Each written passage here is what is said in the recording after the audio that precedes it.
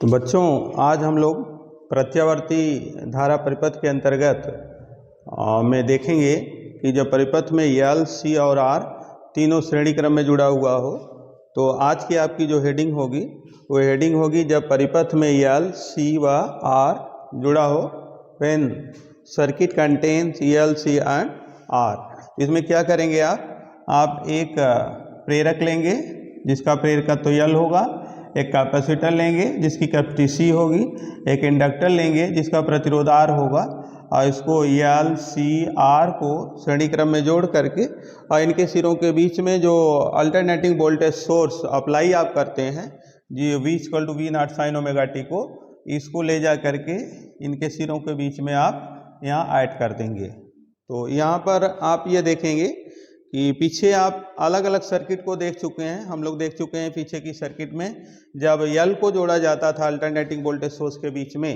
तो वहाँ पर वोल्टेज करंट से π/2 फेज में अग्रगामी होता था, और जब सी को जोड़ा जाता है तो वहाँ पर वोल्टेज करंट से π/2 फेज में पश्चगामी होता है, और जब आर जोड़ा जाता शुद्ध प्रतिरोध होता है, प्योर रेजिस्टेंस होता है, तो वहाँ पर वोल्टेज और करंट में कोई फेज डिफरेंस नहीं होता है। तो इसके आधार पर हम आज की सर्किट में देखेंगे कि जब तीनों एक साथ जोड़ दिए जाएं, एल, सी और आर को श्रेणी क्रम में एक साथ जोड़ करके उसमें अप्लाइड अल्टरनेटिंग वोल्टेज हमारा V = V0 sin omega T हो तो क्या स्थिति बनेगी। तो हमारे पास जो अप्लाइड वोल्टेज है ये V = V0 sin omega T, ये अप्लाइड वोल्टेज है। और हम ये जानते हैं कि प्रेरक कुंडली के सिरों के बीच में जो वोल्टेज होता है वो करंट से π/2 फेज में अग्रगामी होता है, सी के सिरों के बीच में जो वोल्टेज होगा वो करंट से π/2 फेज में पश्चगामी होगा, और आर के सिरों के बीच में जो वोल्टेज होगा, करंट होगा, उसमें कोई फेज डिफरेंस नहीं होगा। इस अवस्था को अगर हम फेजर डायग्राम से कला आरेख से दिखाते हैं तो कला आरेख हमको इस तरीके से प्राप्त होता है। ये हम करंट को दिखा लें और हम ये जानते हैं कि आर के सिरों के बीच में जो ये हमारा प्रतिरोध है, ये प्रतिरोध के सिरों के बीच में अल्टरनेटिंग वोल्टेज सोर्स जब अप्लाई करते हैं तो वोल्टेज और करंट में कोई फेज डिफरेंस नहीं होता है। तो हम करंट वाली लाइन पर ही हम क्या करेंगे, वोल्टेज VR को दिखाएंगे। ये हमारा करंट के साथ हो गया, यहाँ एक ही लाइन पे दोनों फेजर डायग्राम में जाएंगे, इनमें कोई फेज डिफरेंस नहीं है। लेकिन एल के सिरों के बीच में जो फेज डिफरेंस होगा, जो कलांतर होता है, वो वोल्टेज करंट से π/2 फेज में अग्रगामी होता है। अग्रगामी को हम ऊपर को दिखाते हैं, ये दिखाएंगे, ये अग्रगामी की अवस्था है, ये है VL और ये π/2 का फेज करंट है, करंट से ये π/2 फेज में अग्रगामी है। और सी के सिरों के बीच में जो वोल्टेज होता है वो करंट से π/2 फेज में पश्चगामी होता है। तो हम पश्चगामी वाली स्थिति को हम इसमें नीचे को दिखाएंगे, ये हो गया VC और ये π/2 फेज में पश्चगामी हो गया। अब यहाँ पर हम कंडीशन ये लगा लेते हैं कि VL > VC, VL VC से ज़्यादा है, तो हम क्या करेंगे कि रिजल्टेंट वोल्टेज VL में से VC को घटाएंगे, तो जो रिजल्टेंट आएगा वो रिजल्टेंट भी क्या होगा, ऊपर को ही जाएगा, अग्रगामी होगा। तो ये स्थिति बनाएगा, ये हमारा ये होगा VL - VC, VL - VC, ये ज़्यादा में से हम कम को घटा करके रिजल्टेंट हम अग्रगामी निकाल लेंगे। माने VL VC से ग्रेटर है तो रिजल्टेंट वोल्टेज VL और VC के लिए वो करंट से अग्रगामी होगा। इसका मतलब कि तीनों का, माने VL का, VC का और VR का, तीनों का रिजल्टेंट वोल्टेज अगर V है तो करंट से ऊपर को ही कहीं यहीं जाएगा। इसका मतलब कि वो करंट से अग्रगामी ही होगा।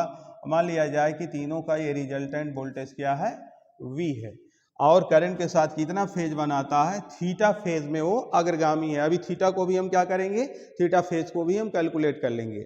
ध्यान दीजिए, ये रिजल्टेंट वोल्टेज V, ये किसका, VL का, VC का और VR तीनों का रिजल्टेंट वोल्टेज ये V है।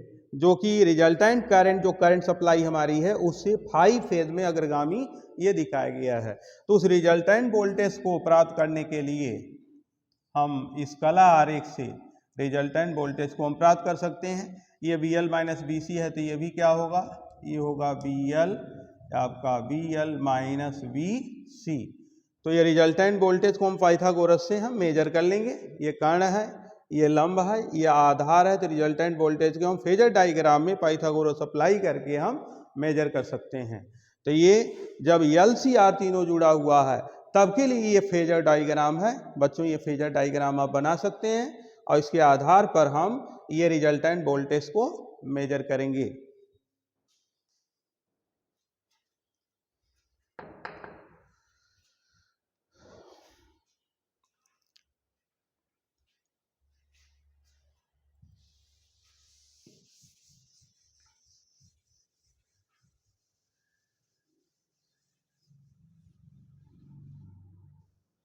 तो अब इसका ये रिजल्टेंट वोल्टेज जो है ये V कैसे मेजर होगा, यहाँ से हम देखें और ये कहें कि यदि परिणामी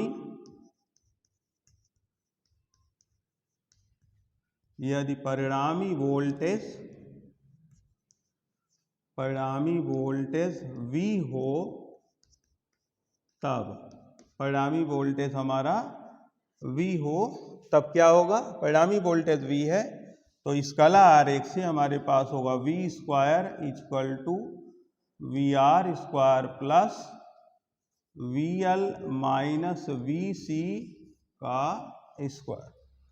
ठीक, ये हमारा क्या है, ये फेजर डायग्राम, ये कला आरेख में ये लंब की रेखा है, ये आधार की रेखा है, ये कर्ण की रेखा है।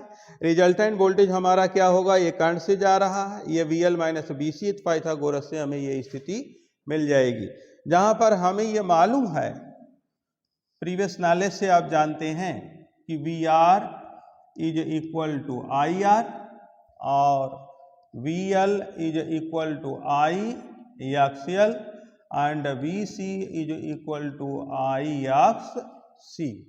ये आपको मालूम है तीनों के लिए। ये रजिस्टर के लिए V इक्वल टू IR, ये इंडक्टर के लिए है V equal to IR X L, और ये कैपेसिटर के लिए है VC equal to I X. ये आपका प्रेरकी प्रतिघात है और ये आपका धारती प्रतिघात है। ठीक, तो यहाँ पर जब वैल्यूज को हम सब्स्टिट्यूट करेंगे तो हमें ये मिलेगा V square is equal to, यहाँ पे रखेंगे VR की जगह पर क्या रखेंगे, IR, तो ये हो जाएगा बच्चों I R का स्क्वायर प्लस VL के जगह पर रखेंगे I एक्सियल, ये होगा I एक्सियल माइनस VC का जगह पर रखेंगे स्थान पर I एक्सी का स्क्वायर। तो ये जो सब्स्टिट्यूशन आपका हुआ है, अब यहाँ से I को फ्री करेंगे तो V square is equal to ये I square R square, I square R square plus इस I को यहाँ बाहर करेंगे तो स्क्वायर है तो I स्क्वायर बाहर हो जाएगा, ये I square X L minus X C का स्क्वायर। ठीक ना, ये आपको मिल जाएगा। और फिर next V square is equal to I square और ये हो जाएगा आपका R square plus X L minus X C का स्क्वायर। क्लियर, ये इसमें डिवाइडेशन हो जाएगा तो हमें मिल जाएगा V square upon I square is equal to R square plus X L minus X C का स्क्वायर। फिर हमें यह मिल जाएगा ये V upon I is equal to, ये वैल्यूज रूट में चली जाएगी, R square plus X L minus X C का स्क्वायर।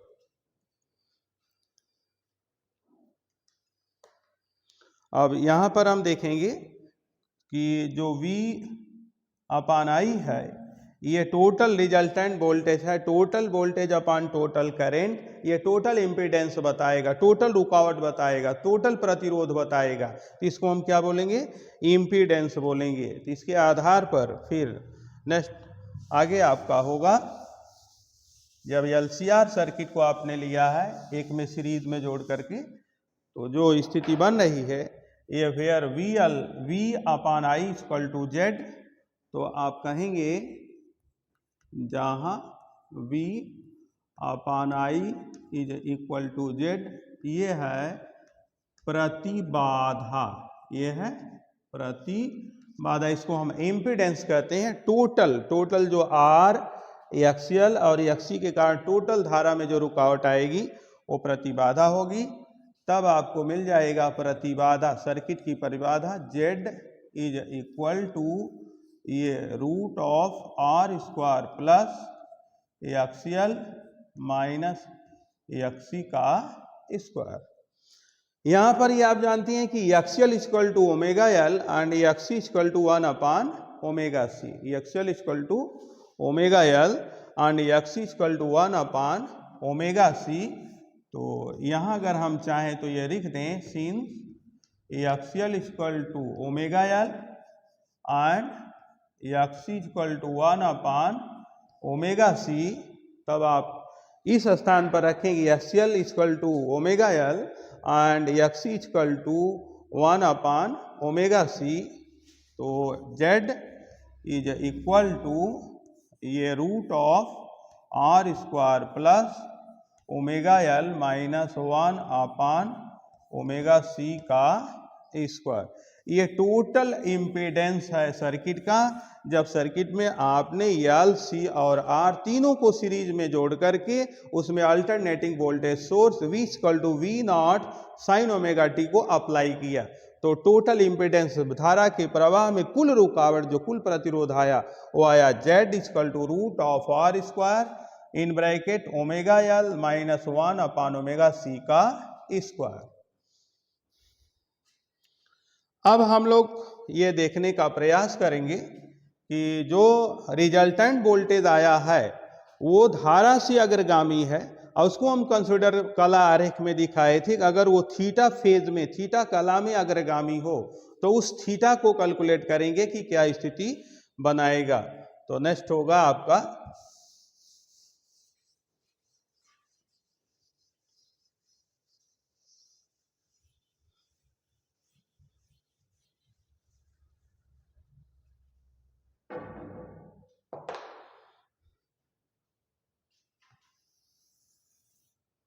फिर ये देखेंगे कि यदि परिणामी वोल्टेज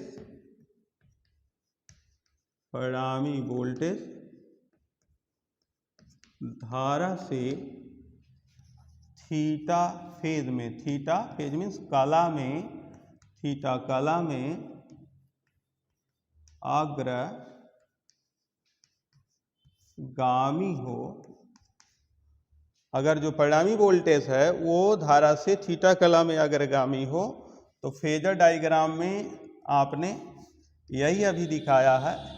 इसके आधार पर ये परिणामी वोल्टेज है V, और ये हमारी कुल धारा है, और ये फाई कला में अग्रगामी दिखाया गया। ये वोल्टेज बेटा आपका ऊपर को VL और नीचे हमारा क्या था VC, और ऊपर को ये था जो रिजल्टेंट आपने निकाला VL माइनस VC। ठीक, तो इस स्थिति में ये अगर आप मिला देंगे नॉर्मल हो जाएगा, तो फेजर डायग्राम से ये आमने सामने ये दोनों बराबर होगा, ये हो गया VL माइनस VC। यहाँ से हम कैलकुलेट करें tan फाई, यहाँ से calculate tan theta is equal to ये लंब बटे आधार, और ये यहाँ ये लाइन क्या रिप्रेजेंट करती है VR को, तो हमारे पास ये हो गया VL माइनस VC अपान VR, VL माइनस VC अपान VR। ये आपका क्या है, इस फेजर डायग्राम में जो ये राइट एंगल ट्रायंगल बना हुआ है ये आपका लंब है, ये लंब है, ये क्या है आधार है। तो tan थीटा हम जब निकालेंगे तो लंब बटे आधार क्या करते हैं, लंब बटे आधार करते हैं। तो लंब हमारा VL माइनस BC है, तो ये हो गया VL माइनस BC अपान आधार हमारा क्या है, ये VR। तो tan theta equal to VL minus BC upon VR। अब VL और BC हम चाहें तो इसको सब्स्टिट्यूट कर देते हैं सारी वैल्यू को। ये VL is equal to I X L, VC is equal to I X and VR is equal to I R। तो इसको हम सब्स्टिट्यूट करेंगे तो हमें मिल जाएगा tan theta is equal to I X L minus I X C upon I R। ये ऊपर से I हम कॉमन करेंगे, नीचे वाले I से ये कैंसिल आउट हो जाएगा, ये कैंसिल आउट हो जाएगा।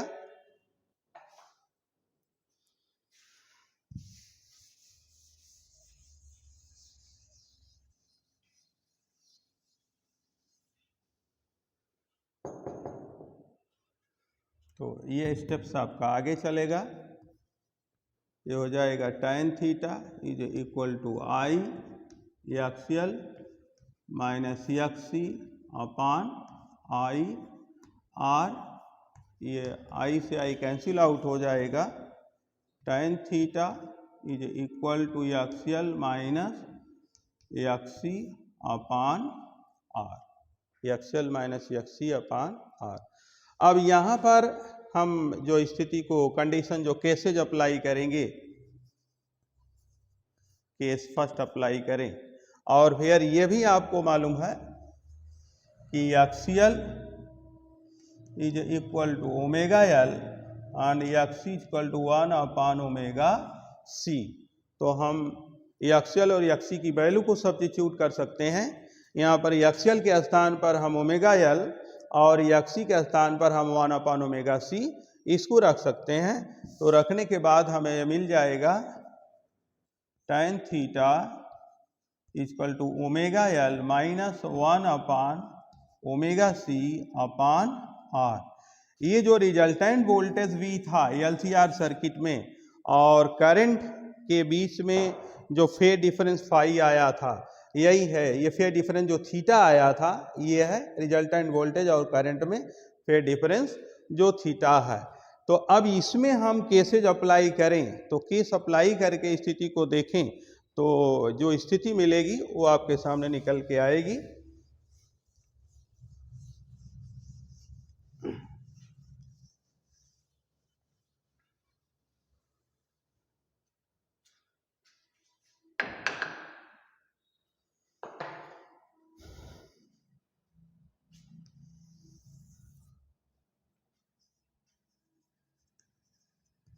केसेज में अगर हम फर्स्ट अप्लाई करें या कहें कि यदि omega L greater than 1 upon omega C, अगर ये ओमेगा एल की वैल्यू 1 अपान ओमेगा सी के वैल्यू से ज़्यादा हो जाए तो जो रिजल्टेंट आएगा वो पॉजिटिव आएगा। तो theta will be positive, theta की वैल्यू क्या होगी, धनात्मक आएगी। यहाँ से ये वैल्यू ज़्यादा होगी, ये कम होगी, ज़्यादा में से कम को घटाएंगे, पॉजिटिव वैल्यू आएगा।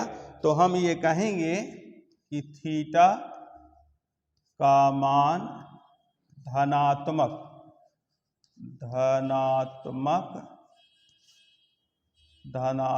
होगा। तो थीटा का मान क्या होगा, धनात्मक होगा। और थीटा क्या है, थीटा है रिजल्टेंट जो वोल्टेज है और करंट के बीच वो फेज डिफरेंस है, कालांतर है। ये हमारा ये क्या है, ये आपकी करंट है और ये रिजल्टेंट वोल्टेज है और थीटा का मान धनात्मक आया। इसका मतलब जो रिजल्टेंट वोल्टेज है करंट से अग्रगामी होगा। अरे थीटा और कौन सी स्थिति, ये किस स्थिति को टेकअप कर रहा है, जब ओमेगा एल ये greater than 1 upon omega C होगा। इसका मतलब कि जो सर्किट होगा वो circuit whole circuit behaves like as inductive circuit. पूरा परिपथ हमारा प्रेरकी परिपथ के व्यवहार को ग्रहण करने करेगा। प्रेरकी ऐसा लगेगा कि उसमें यल जुड़ा हुआ है, क्योंकि यल में ही अग्रगामी वोल्टेज होता है करंट से, और ये रिजल्टेंट वोल्टेज हमारा करंट से थीटा फेज में क्या है, इस स्थिति के लिए अग्रगामी ये बता रहा है। ठीक। और नेक्स्ट केस अगर इसकी हम अप्लाई करें और ये कहें कि यदि अब इसको बड़ा कर दें और इसे छोटा कर दें, इसे बड़ा कर दिखा दें 1/ωc greater than omega L. अगर 1/ωc greater than omega L हो जाए तो ये देखिए कि हम कम में से क्या करेंगे, ज़्यादा को घटाएंगे। ये ग्रेटर बता रही है, केसेज के हिसाब से 1/ωc ये बड़ा हो रहा है और ये छोटा हो रहा है, तो बड़े में से हम छोटे को घटाएंगे तो रिजल्ट माइनस आएगा। इसका मतलब कि theta, the value of theta will be negative. तो थीटा का मान क्या प्राप्त होगा, इस स्थिति के लिए थीटा का मान आपका ऋणात्मक होगा। और थीटा का मान ऋणात्मक होने का मतलब है कि जो फेजर डायग्राम में है, अब वोल्टेज हमारा कहाँ आएगा, नीचे को, करंट से क्या होगा, नीचे को। तो कला आरेख में हम देखेंगे तो जो हमारी ये करंट होगी, अब ये क्या होगा, ये रिजल्टेंट वोल्टेज नीचे को आएगा, थीटा की वैल्यू निगेटिव होगी। इसका मतलब कि अब जो होगा इस सेकेंड वाली स्थिति में जो एलसीआर सर्किट होगी, वो पूरी सर्किट हमारी behaves like as capacitive circuit, माने ऐसा व्यवहार करेगा कि उसमें कैपेसिटर ज़्यादा प्रभावी हो जाएगा, माने वोल्टेज करंट से पश्चगामी चलेगा। रिजल्टेंट वोल्टेज करंट से ये थीटा फेज में पश्चगामी होगा, अगर ये स्थिति हो गई तो। और नेक्स्ट तीसरी स्थिति को देखा जाए,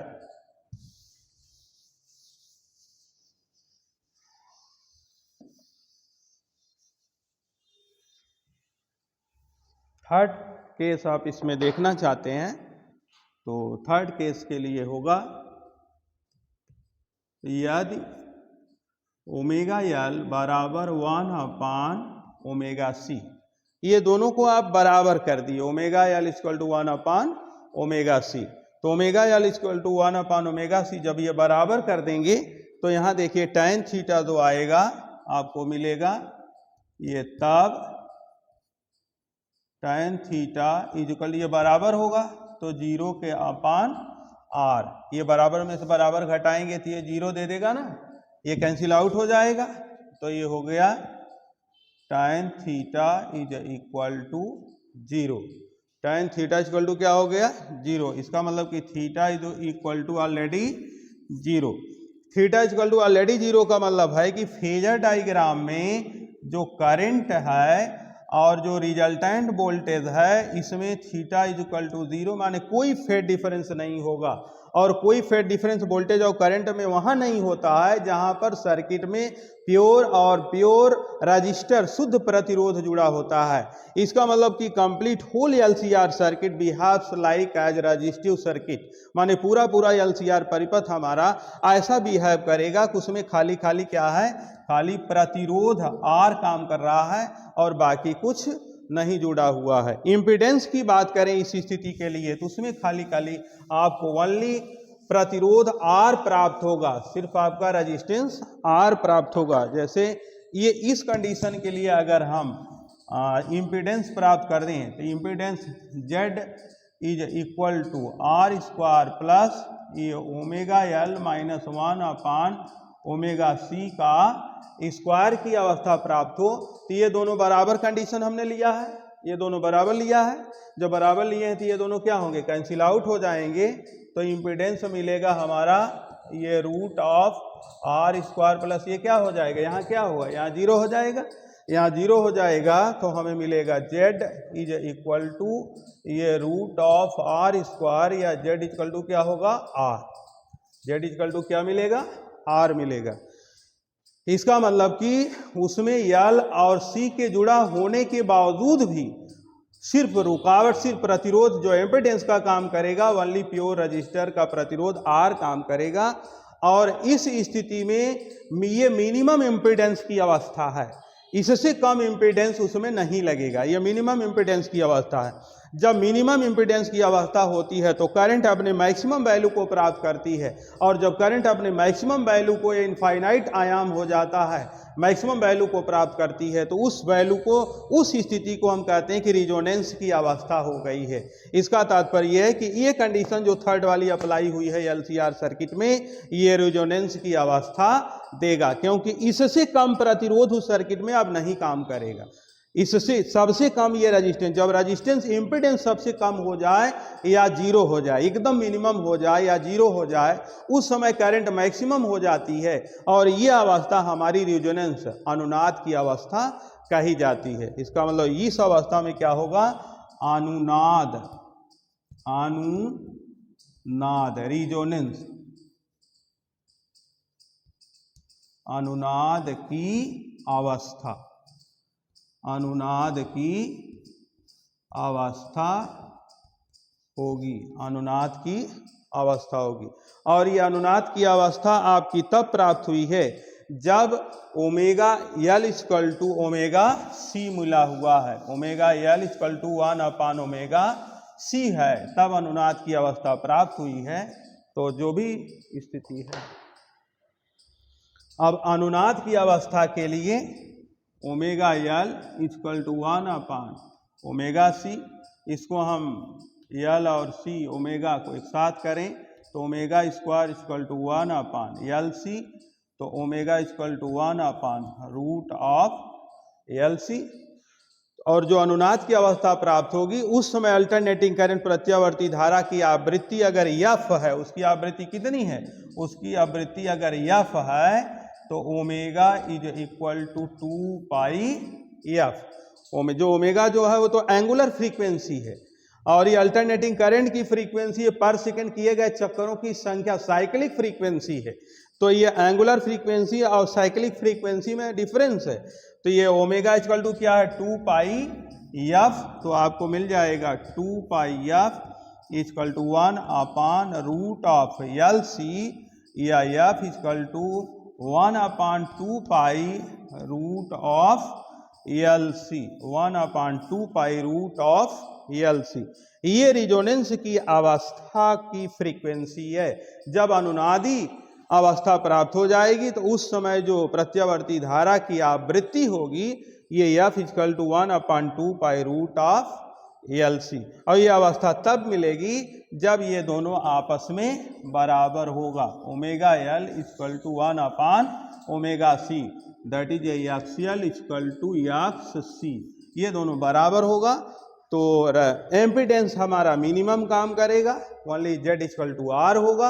और इम्पीडेंस जब हमारा मिनिमम काम करेगा उस समय करंट की जो करंट का जो एम्पलीट्यूड होगा वो मैक्सिमम होगा, अपने मैक्सिमम वैल्यू को प्राप्त करेगा, और वो अवस्था अनुनाद की अवस्था कही जाएगी। और उस समय जो अल्टरनेटिंग करंट की फ्रीक्वेंसी होगी उस फ्रीक्वेंसी को हम रिजोनेंट फ्रीक्वेंसी, अनुनादी आवृत्ति कहेंगे। इसे क्या कहेंगे, इसको बोलेंगे अनुनादी आवृत्ति, अनुनादी